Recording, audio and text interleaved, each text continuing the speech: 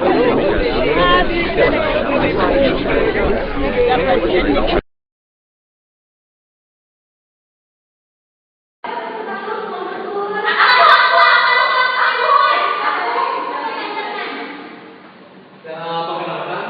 saya tour leader ini, nama saya Jody. Ini dari bola, ini dari Kanasri. Kita akan pergi ke Yogyakarta dan Semarang selama 4 hari dan 3 malam. Sekarang kita udah sampai di Bandara International Airport di Yogyakarta.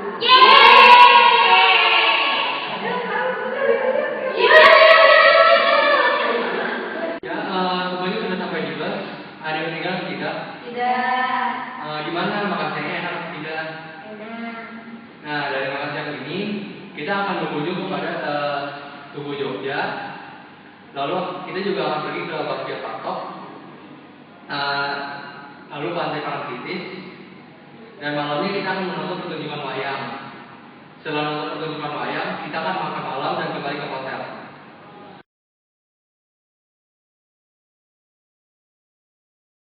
Yogyakarta, sekarang kita mau tur ke daerah Yogyakarta sekitarnya, tepatnya di Tugu Yogyakarta. Adalah sebuah tugu atau monumen yang sering dipakai sebagai simbol atau lambang dari kota Yogyakarta. Tugu ini dibangun oleh Kampung Buwono I, pendiri Keraton Yogyakarta. Tugu yang terletak di perempatan Jalan Sudirman dan Jalan Pangeran Mangkubumi ini mempunyai nilai simbolis dan merupakan garis yang bersifat strategis, menghubungkan Laut Selatan, Keraton Yogyakarta dari Gunung Merapi. Pada saat melakukan meditasi, konon Sultan Yogyakarta pada waktu itu menggunakan tugu ini sebagai patokan arah menghadap puncak Gunung Merapi. Tugu ini sekarang merupakan salah satu objek pariwisata Yogyakarta dan sering dikenal dengan istilah Tugu Pal Putih. Pal juga berarti tugu, karena warna catnya yang digunakan sejak dulu adalah warna putih. Tugu pal ini berbentuk bulat panjang dengan bola kecil di ujung dan ujung runcing di bagian atasnya. Dari Keraton Yogyakarta, kalau kita melihat ke arah utara, maka kita akan menemukan bahwa ada Jalan Malioboro, Jalan Mangkubumi, Tugu ini, dan Jalan Monumen Yogyakarta Bali akan membentuk satu garis lurus dengan arah ke puncak Gunung Merapi.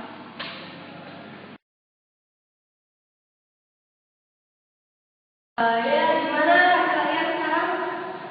Senang. Ya, sambil menikmati makanan, kita sekarang mau melewati perusahaan Bakpia Patok 25. Terletaknya di Desa Patok Yogyakarta. Lokasinya terletak di belakang Malioboro, sehingga memudahkan dalam pemasaran dan pengadaan bahan. Struktur organisasi merupakan kerangka hubungan antara orang-orang dengan tugasnya dalam organisasi yang sifatnya dinamis. Perusahaan Bakpia Patok 25 dipimpin langsung oleh Bapak Arin Sanjaya, yang dalam hal ini dibagi antara bagian administrasi, bagian pemasaran, dan bagian proses produksi. Perusahaan Bakpia Patok 25 memiliki beberapa karyawan. Sistem kerja yang diterapkan adalah sistem seangkutan, dan pada sistem ini persaingan kerja yang sehat, tidak ada ikatan kontrak kerja dalam jangka waktu tertentu. Dalam pelaksanaan kerja, biasanya penanganan proses yang berat ditangani oleh tenaga kerja pria. Kalau yang ringan, biasanya wanita. Seperti pembuatan adonan, pembuatan bumbu, dan pemasaran serta tenaga pemasaran. Sedangkan untuk pencetak, ada yang pekerja wanita maupun pria. Khusus untuk pemakan dilakukan oleh pekerja wanita. Selamat menikmati. Ya semuanya, sekarang kita sudah sampai di Pantai Parangtritis. Di pantai ini beda dengan pantai-pantai yang lainnya, karena di pantai ini ombaknya sangat besar dan juga kita bisa lihat di sana ada gunung-gunung pasir, disebutnya gunung. Nah, di pantai ini kalian juga bisa menyewa ATV atau berkuda untuk menyisir pantai ini. Buat yang mau tahu, pantai ini terletak 25 km di sebelah selatan Yogyakarta. Lalu jika kalian sudah selesai, kalian bisa mandi di Pemandian Parangtritis. Di konon Pemandian Parangtritis ini juga bisa menyembuhkan berbagai penyakit karena dialiri langsung dari gunung. Nah, untuk yang membawa anak kecil, mau diperhatikan yang supaya yang gelap dan yang supaya hilang. Perhatikan juga untuk barang bawaan yang berharga.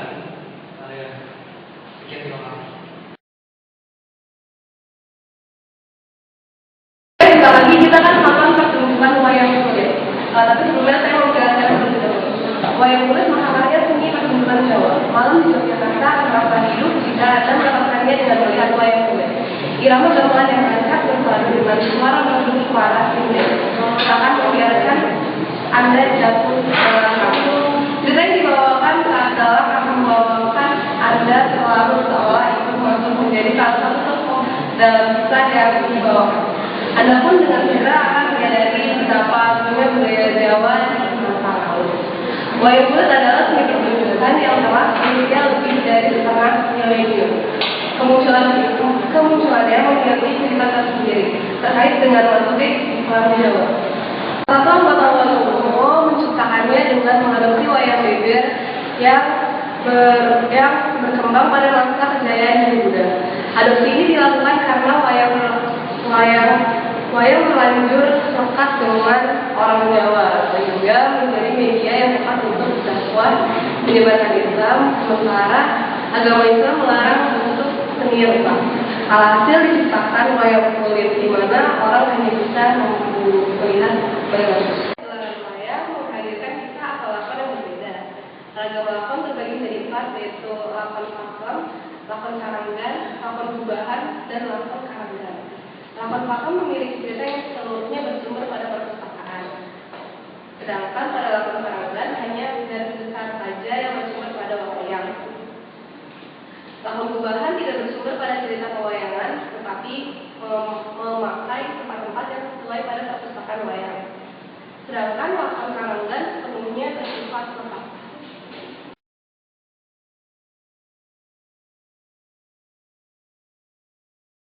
Semuanya, sekarang kita udah sampai di Candi Borobudur.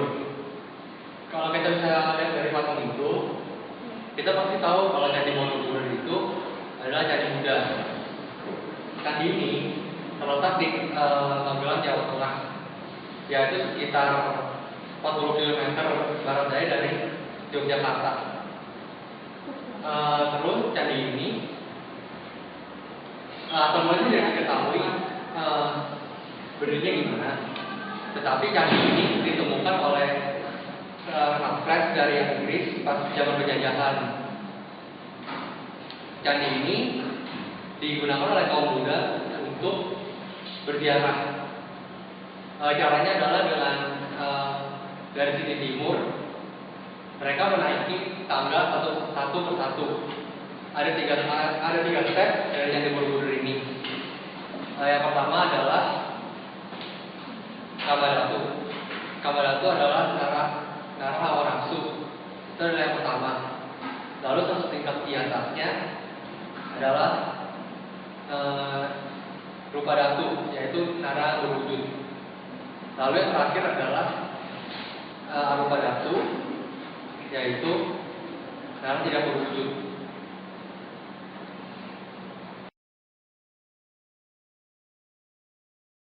Akhirnya kita sudah sampai di Candi Prambanan. Mungkin kalian semua sudah pada tahu Candi Prambanan itu adalah candi Hindu. Candi ini dibuat oleh Raja Pitagan pada tahun abad ke-9 Masehi, pada tahun 850 Masehi.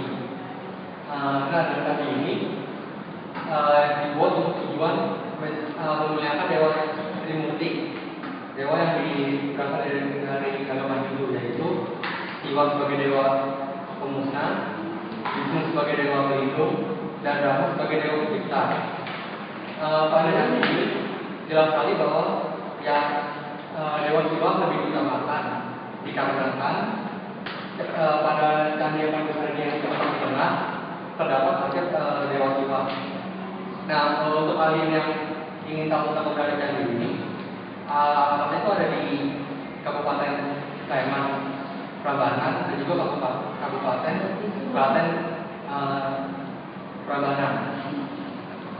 Terletak di 17 km timur laut dari area Yogyakarta. Untuk yang dari Semarang itu 120 km di selatan. Kenapa bisa terletak di dua lokasi?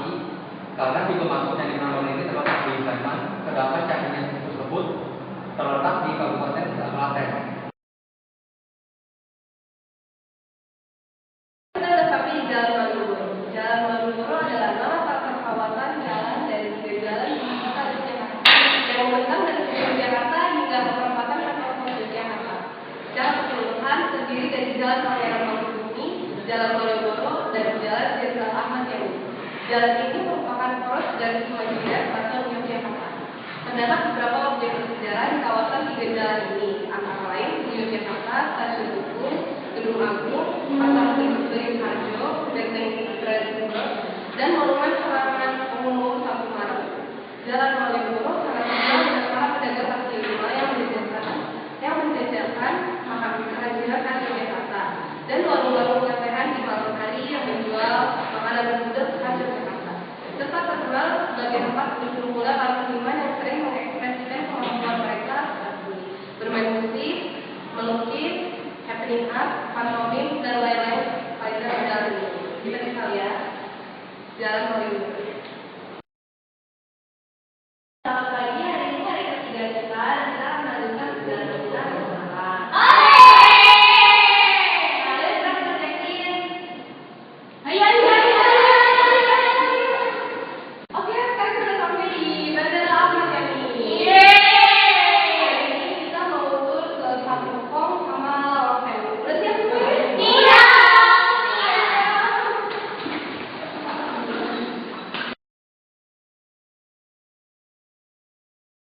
Kita telah sampai di kelenteng Gedung Batu Sarpong. Nah, kelenteng ini adalah tempat persinggahan dan pendaratan pertama seorang laksamana Tiongkok beragama Islam yang bernama Cheng Ho. Nah, kelenteng ini terletak di daerah Simongan, sebelah barat daya kota Semarang. Nah, tanda yang menunjukkan sebagai bekas kesilakan yang berciri keislaman dengan ditemukannya tulisan berbunyi, marilah kita mengheningkan cipta dan mendengarkan bacaan Al-Quran. Nah, disebut gedung batu karena bentuknya merupakan sebuah gua batu besar yang terletak di sebuah bukit batu. Nah, orang Indonesia keturunan Cina menganggap bangunan itu adalah sebuah kelenteng karena bentuknya arsitektur gedung ini mirip dengan sebuah kelenteng. Nah, sekarang tempat tersebut dijadikan tempat peringatan dan tempat pemujaan atau bersembahyang serta tempat untuk berziarah. Nah, untuk keperluan tersebut di dalam gua batu itu diletakkan sebuah altar serta patung-patung Samodra. Padahal Laksamana Cheng Ho adalah seorang muslim, tetapi oleh mereka dianggap dewa. Hal ini dapat dimaklumi mengingat agama Konghucu atau Tao menganggap orang yang sudah meninggal dapat memberikan pertolongan kepada mereka. Menurut cerita, Laksamana Cheng Ho sedang berlayar melewati Laut Jawa. Ada seorang awak kapalnya yang sakit. Dia memerintahkan membuang saw itu jangkar. Kemudian dia merapat ke pantai utara Semarang dan mendirikan sebuah masjid di tepi pantai. Dan sekarang telah berubah fungsi menjadi kelenteng. Bangunan itu sekarang telah berada di tengah kota Semarang karena pantai utara Jawa selalu mengalami pendangkalan diakibatkan adanya sedimentasi, sehingga lambat laut daratan akan bertambah luas ke arah utara. Konon setelah Cheng Ho meninggalkan tempat tersebut karena ia harus melanjutkan pelayanannya, banyak awak kapalnya yang tinggal di desa Simongan dan mereka menikah dengan penduduk setempat. Mereka bersawah dan berladang di tempat itu. Cheng Ho memberikan pelajaran cocok tanam serta menyebarkan ajaran-ajaran Islam. Nah, kita telah sampai di Lawang Sewu. Lawang Sewu merupakan sebuah gedung di Semarang, Jawa Tengah yang merupakan kantor dari NIS. Dibangun pada tahun 1904 dan selesai pada tahun 1907. Terletak di bundaran Gunung Muda. Masyarakat setempat menyebutnya Lawang Sewu atau yang biasa disebut 1000 pintu dikarenakan bangunan tersebut memiliki pintu yang sangat banyak. Kenyataannya pintu yang ada tidak sampai 1000. Bangunan ini memiliki banyak bendera tinggi dan lebar, sehingga banyak orang yang menganggapnya sebagai pintu atau lawang. Pada masa perjuangan, gedung ini memiliki catatan sejarah tersendiri, yaitu ketika berlangsung peristiwa pertempuran 5 hari di Semarang dari tanggal 14 Oktober sampai 19 Oktober 1945. Gedung tua ini menjadi lokasi pertempuran yang hebat antara pemuda Angka atau Angkatan Muda Kereta Api melawan Kempetai dan Kidotai Jepang. Maka dari itu, pemerintah Kota Semarang dalam surat keputusan wali kota memasukkan Lawang Sewu sebagai salah satu dari 102 bangunan kuno atau bersejarah di Kota Semarang yang patut dilindungi. Lawang Sewu adalah salah satu bangunan bersejarah yang dibangun oleh pemerintah kolonial Belanda pada 27 Februari 1904. Awalnya bangunan tersebut didirikan untuk digunakan sebagai kantor pusat perusahaan kereta api NIS. Sebelumnya kegiatan administrasi perkantoran NIS dilakukan di stasiun Semarang NIS. Namun pertumbuhan jaringan perkereta-apian yang cukup pesat dengan sendirinya membutuhkan penambahan jumlah personel teknis dan bagian administrasi yang seiring dengan peningkatan aktivitas perkantoran. Salah satu akibatnya, kantor pengelola di stasiun Semarang NIS menjadi tidak lagi memadai. Seluruh proses perencanaan dilakukan di negeri Belanda, baru kemudian gambar-gambar dibawa ke kota Semarang. Lihat dari cetak biru Lawang Sewu tertulis bahwa side plan dan denah bangunan ini telah digambar di Amsterdam pada tahun 1903. Begitu pula kelengkapan dengan kerjanya dibuat dan ditandatangani di Amsterdam tahun 1903. Sudah dengan Prata, itu hari keempat. Sekarang kita juga sampai di Bandara Ahmad Yani. Sebentar lagi kita juga pulang ke Jakarta.